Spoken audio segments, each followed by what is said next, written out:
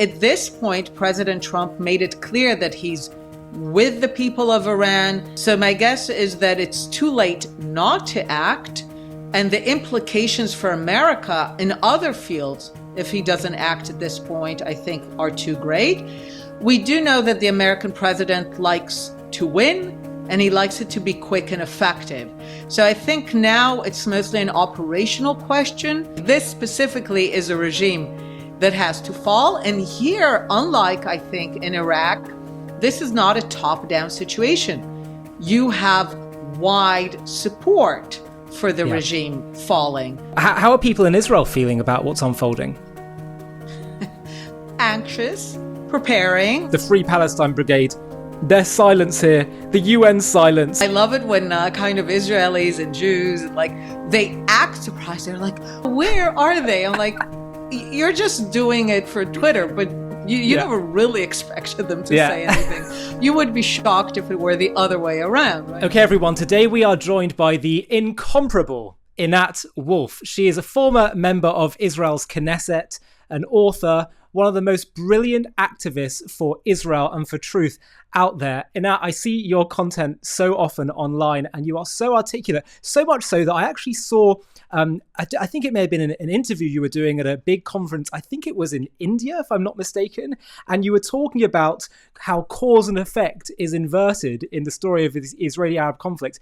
And it got me thinking so profoundly, it touched me so much that we actually ended up on our streaming platform, JTV Plus, creating a documentary all about we called it the Great Inversion, how cause and effect was deliberately reversed to vilify Israel. And basically, precisely as you were saying, went through the whole timeline of Israel's history and explained that. So I just think first of all, if you want to watch that, it's on j-tv.plus for our viewers. You want to check that out. But Einat, as I was just saying, is so good at boiling down what's actually going on into a clear, sane way of understanding things. And that's why I'm so grateful to have you on the show today, joining us from Israel. And goodness me, a lot is happening right now.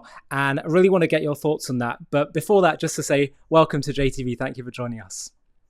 Thank you. It's my pleasure. And thank you for these kinds of words. I'm happy to have inspired that documentary. Well, it's really from the heart and just super grateful for everything you do.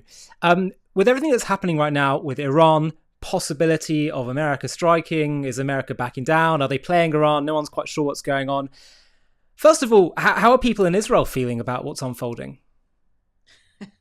Anxious, preparing, right? Last night, we all took care of our safe rooms, made sure there was water, there was TV, electricity, all the batteries are charged.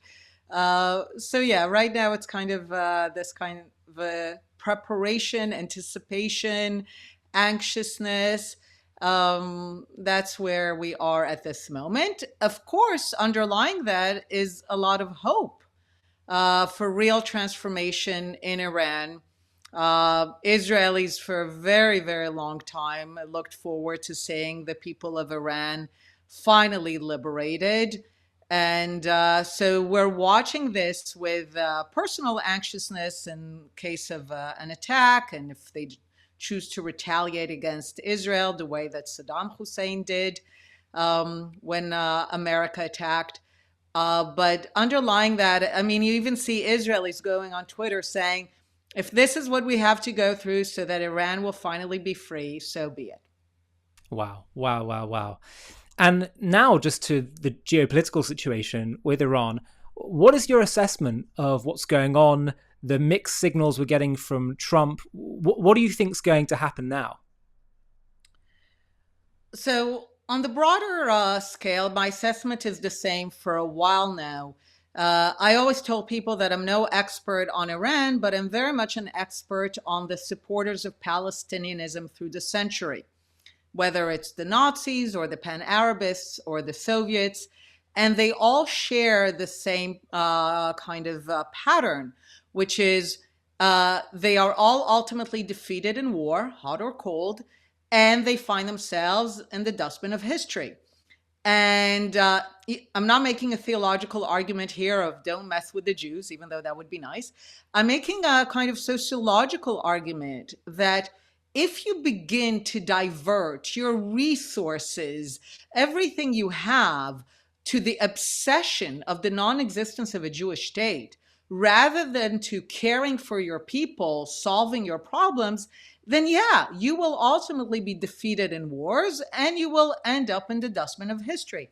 So I was always fairly confident that the Ayatollahs are essentially treading this well-worn path, and that sooner or later they will be defeated and in the dustbin of history. The question is always what is sooner, what is later, but in terms of the overall assessment, I stand by that one. Are we getting to that point? We're clearly very close.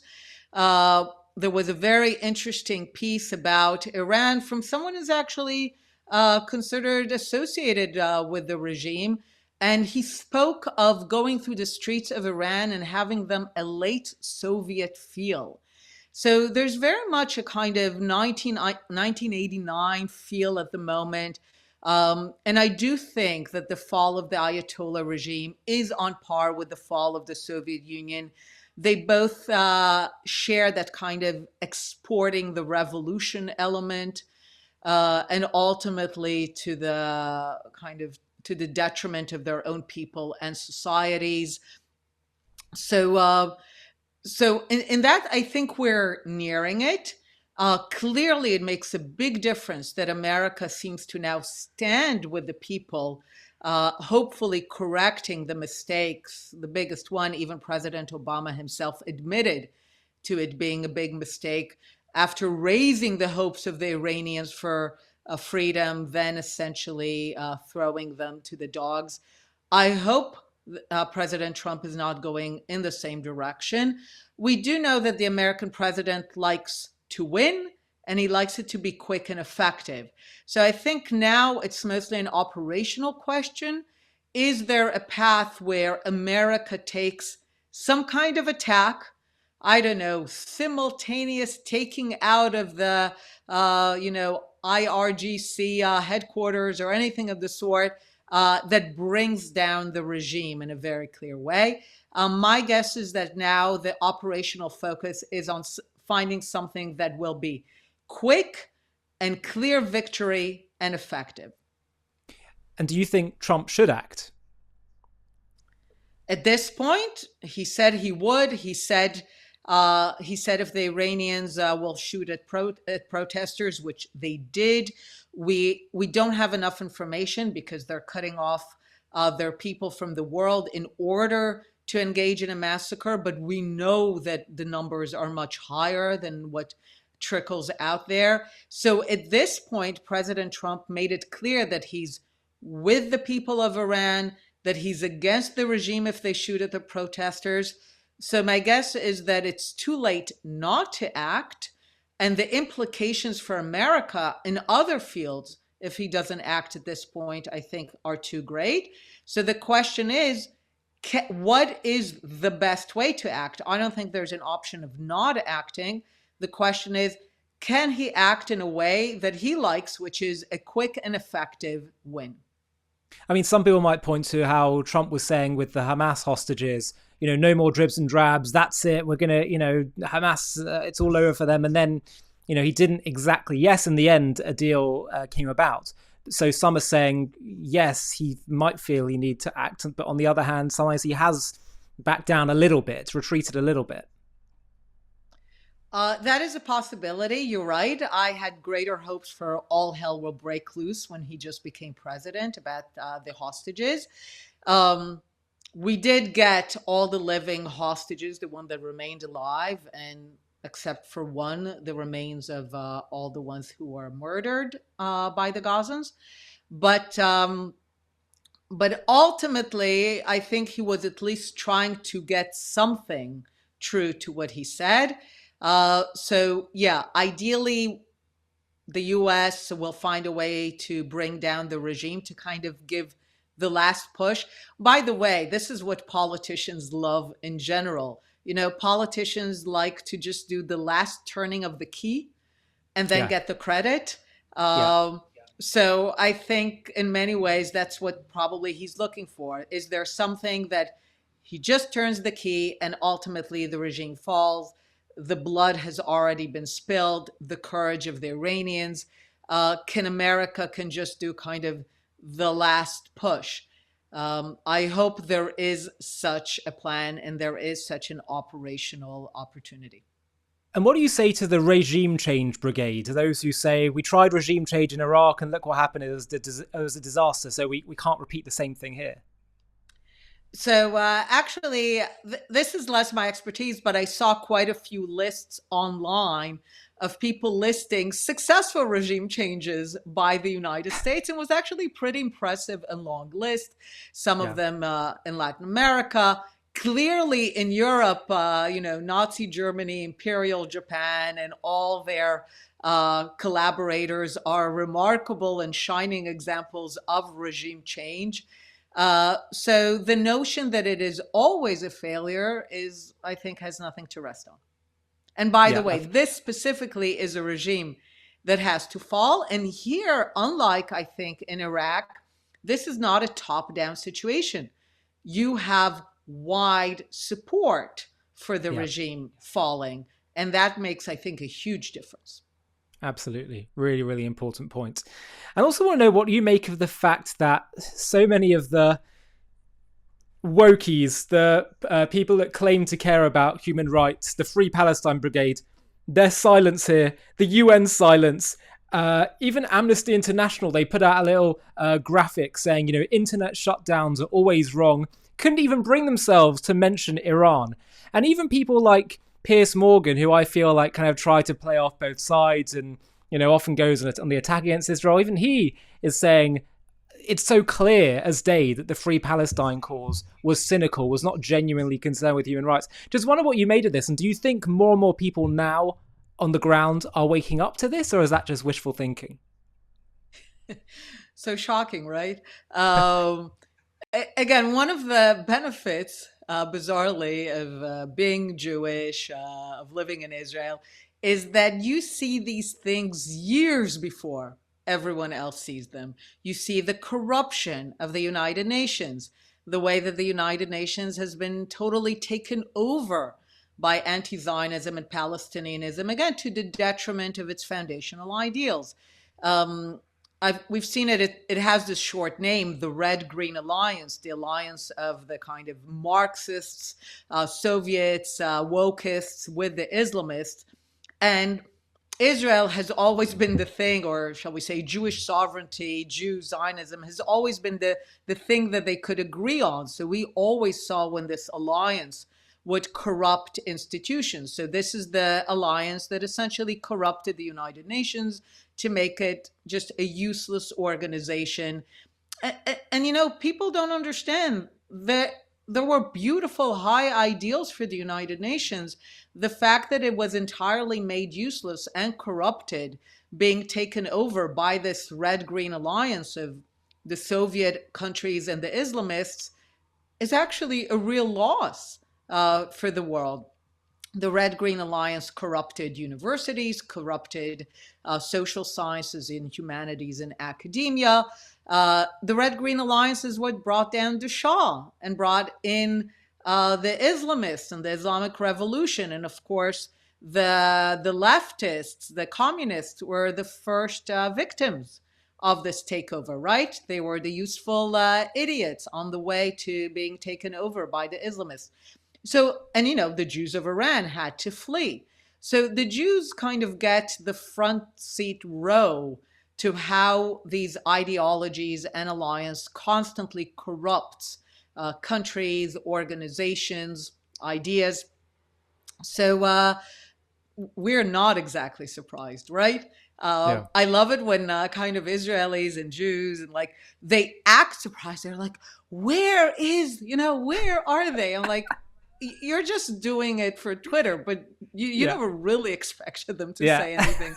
You would be shocked if it were the other way around, right? If they Oh, actually yeah. said something. We've That's so seen the true. complete corruption of the entire, again, so-called human rights world, again, to the detriment of real human rights needs around the world. So at this point, I had no expectations. Will other people notice it? Maybe. I'll wait and see. And speaking of Jews and people in Israel having a front row seat, while many in the West are useful idiots, and you saying that you've been waving the red flag about these things for a long time. Well, there's another issue that you're waving the flag about right now, and yet people seem to be fooled in the West, and that is, I wonder if you can guess what I'm going to say, Qatar. You just retweeted about how it's being reported that Qatar said it won't allow American attacks from Al Udeid base against other countries. So as Hussein Abdul Hussein wrote, why exactly do we have military base in Qatar if we don't have the freedom to use it as we see fit? Whose base is it? America or Qatar's? I wonder if you could speak for a moment about Qatar and how people in the West are being fooled. Yes. So first of all, if you're talking about a moment of waking up, this is something that I find more interesting. I actually think that could be an interesting moment. I think there was also an American congressman or senator that I retweeted that basically said the same thing. Whose base is it, right? What kind of ally is Qatar if we can't use the base at the moment? The reason that the base was for, which is to be able to engage militarily with Iran. Qatar is one of the most nefarious influences in the world today. Al Jazeera is not a news organization. People who work for Al Jazeera are not journalists. It is one of the most successful propaganda arms, on par with the one created by Nazi Germany, by the Soviet Union, wow. And it should be treated as such. It is one of the greatest dangers to the Jewish people. One of a lot of my criticisms within Israel, and putting aside all the, around the Netanyahu people issues aside, the fact that Israelis were willing again and again to legitimize Qatar as some kind of mediating partner after October 7th and even before, to me is truly, truly horrific and one of the biggest foreign policy mistakes that Israel made in the last few years. If you talk about countries that should not exist, Qatar should be at the top of the list. It's not really a country for any real purposes. It's a mob crime family that sits on a very big oil well and gas field. And if you look at their geography, they're like this little bump that could easily be taken over by Saudi or Iran. And the only reason they survive is because they have the American base. So if their behavior now will lead to Americans questioning the base, I think actually the base should have been moved to the UAE a long, long time ago. If this becomes the moment to change that, that is already valuable. I completely agree. And the other concern I have, it's not just, outside state actors, foreign state actors that I fear are fooling America, but also people within Trump's own camp as well. People like Vance. I've had some concern around him that he's kind of pandering a little bit to the rising isolationist, sometimes quite anti-Semitic right. Not saying he is that, but it seems a bit of pandering there. Apparently he was against, it's being reported that he was against the 12-day war in Iran. What do you make of what's going on inside Trump's own circles? So I do think that there's also some nefarious Qatari influence for sure. And that also meets with a certain America isolationist view, which is different from America First. And I think the Qataris are tapping into this isolationism to solidify it. Again, even though I would be happy if it turned on them and the Americans would take the base out of Qatar and would say America first, or isolationism, we're taking our base out of Qatar. That would be a kind of nice karma situation. But obviously, I have concern. I view it more in long-term elements. Like many Israelis, and I think Jews in America, were thrilled to see Secretary Rubio gain in popularity as a potential candidate. But I think we need to begin to prepare, both in Israel and Jews in America, for a political competition between an AOC-led Democratic Party. When I started saying that a few years ago, it sounded insane. Now it's considered the baseline scenario. and a Vance-led Republican Party. Oy And vey. that's something that we need at least to prepare for. Absolutely, completely agree, and highly welcome Netanyahu's statement that he's planning on making Israel move Yes. towards military independence, equipment independence. That just seems like an obvious move at this point to increase Israel's sovereignty. What happens if Iran falls? What are the implications? So here I'm very bullish, and I've been saying it for years. Because Americans are so traumatized by Iraq and Afghanistan, they don't look at the specific conditions. And Iran actually is as close as you get to a textbook example of all the elements that make a successful transition to democracy. Meaning, they have a coherent national identity, they have a highly educated population, they do not have a youth bulge, so their population is older. They have a strong middle class, which is squeezed, but basically they have a middle class. And even though it's odd to say, once the candidates are vetted, the candidates for their elections are vetted within a very, very limited spectrum. But once they are vetted, elections are real. So Iranians by now have all these elements in place. And, they have the figure of the Shah that could become a good kind of figure for a constitutional monarchy. So a democracy like Britain, like Holland, where there is the figurehead, but ultimately it's a democracy and it has a constitution that limits the powers of the king or the Shah. So Iran has everything that can actually lead to a successful transition to democracy. So I'm very bullish on that scenario.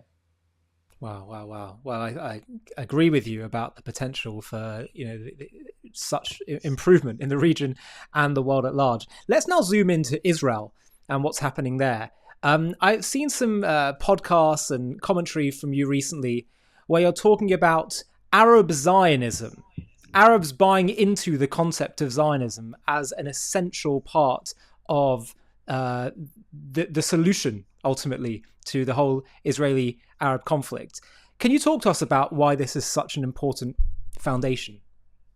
Certainly, because once you understand, which I did, that the conflict has never been about anything other than the complete Arab and especially the Palestinian Arab rejection of Zionism, of the Jewish right to self-determination in any part of the ancestral homeland, then you understand, logically, I would even say, that the only path to peace is to reverse that, is for the Arabs, and especially the Palestinian Arabs, to no longer be obsessing about the non-existence of a Jewish state, which means that they are willing to live next to a Jewish state rather than on its ruins. And even though it's a provocative title, I call it Arab Zionism. All it means is Arabs willing to live next to a Jewish state rather than on its ruins. That's all. Just hang on for a moment. After covering Israel for years, I've realised that most of the lies boil down to one simple tactic used by Israel's enemies from the very start: the deliberate reversal of cause and effect. And our new documentary exposes exactly how this works. Have a watch of our trailer for our new film called The Great Reversal, and you can watch it in full right now by clicking the link below in the video description. For decades, one idea has shaped how much of the world understands the Israel-Palestine conflict. Israel did something wrong, and the Palestinians simply resisted. Whether it's 1948 or the recent war in Gaza, the story is the same every time. Israel provokes, Palestinians resist. Israel oppresses, Palestinians fight back. This narrative dominates campuses, the media, and much of global politics. It feels familiar, it feels intuitive, and for many people, it feels true. But what if the sequence is backwards? What if the origin point and every major chapter that followed has been told in reverse? In the wars of 1948 and 67, in the collapse of Oslo, in the suicide bombings of the Intifada, in the rockets after Israel withdrew from Gaza, in the massacre of October 7th, and the global narrative that followed. In this JTV Plus documentary, we're going to expose the great lie that has reversed cause and effect, a narrative engineered to help the real aggressors erode Israel's legitimacy. We'll trace the conflict from its origins to the present day, revealing how at every stage the true sequence of events was inverted, how aggression was reframed as resistance, how defence was recast as provocation, and how a conflict rooted in hatred of Jews was deliberately twisted into a story that blames the Jews. Join us as we restore the story to the order in which it actually happened and uncover the truth hidden beneath a century of lies. To watch this JTV Plus documentary and access much more premium content, click on the link in the video description.